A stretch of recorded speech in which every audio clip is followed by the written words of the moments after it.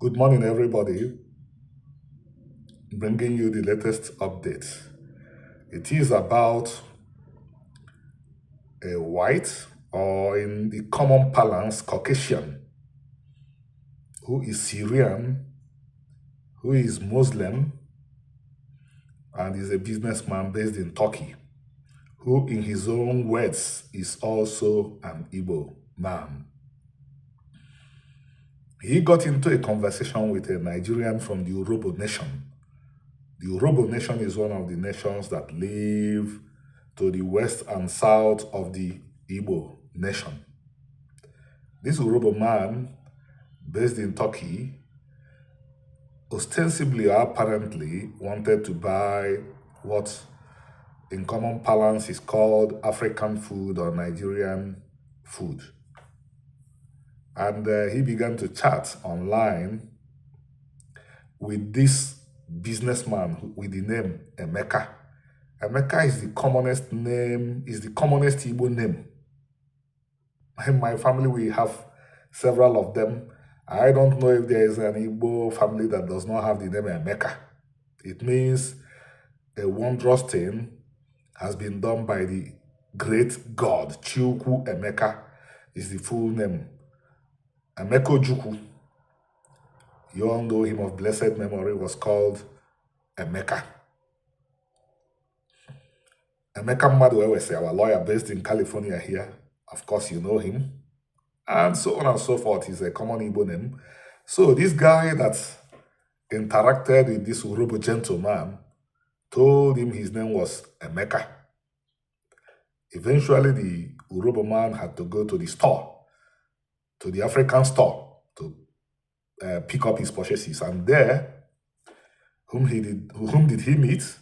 A white figure, a white gentleman. You know, I don't use the term white, but I'm using it for emphasis in this video. But Caucasian, nevertheless. In other words, he is Caucasian. Somebody could think he originated from Europe, while on the average, people could think I originated from Africa. But I don't know if you would automatically think that Fino originated from Africa anyway.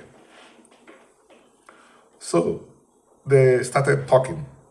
To cut this long story short, this white guy told him that his place of origin is Syria, that he's a Muslim, but that the blood in him and the mind is Igbo.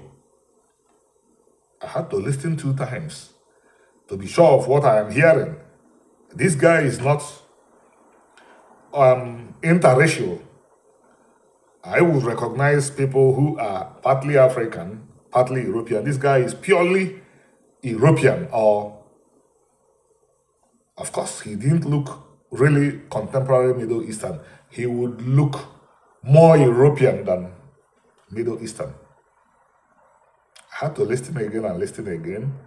And the only thing I could think about was, could this guy be a grandson of one of those Korah, Lebanese and Syrian businessmen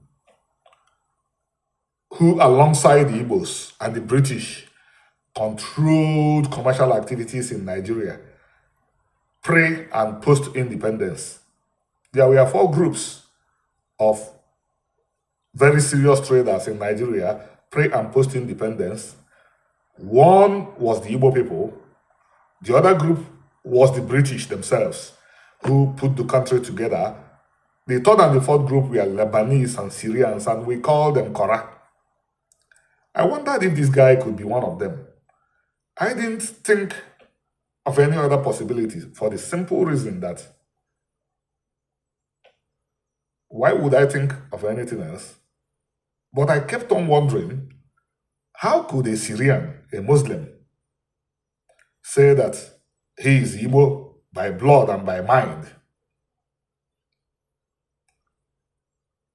Until a brother, Robinson Chiedozie, came to my timeline where I put up the post, and they said, could he be related to us by ancestry?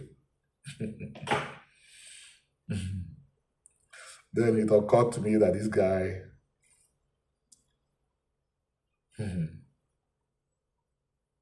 this guy could be.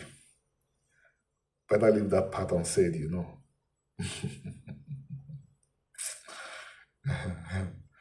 Uh, I don't know what to say, except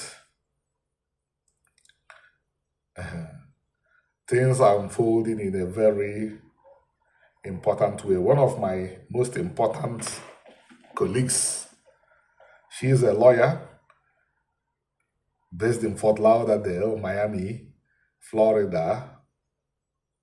The father was Syrian, Caucasian. The mother was Igbo through Jamaica. But the Syrian features did not predominate now, so she looks 100% Igbo. And what really set me investigating the background of this lady is her total commitment to Igbo and Jewish causes. There is nothing this lawyer would not do for the betterment of these two groups. Fortunately, voices like hers are getting into the conversation. When I went to Washington last month to talk, she was there to offer support alongside her daughter. And good morning. Have a productive day.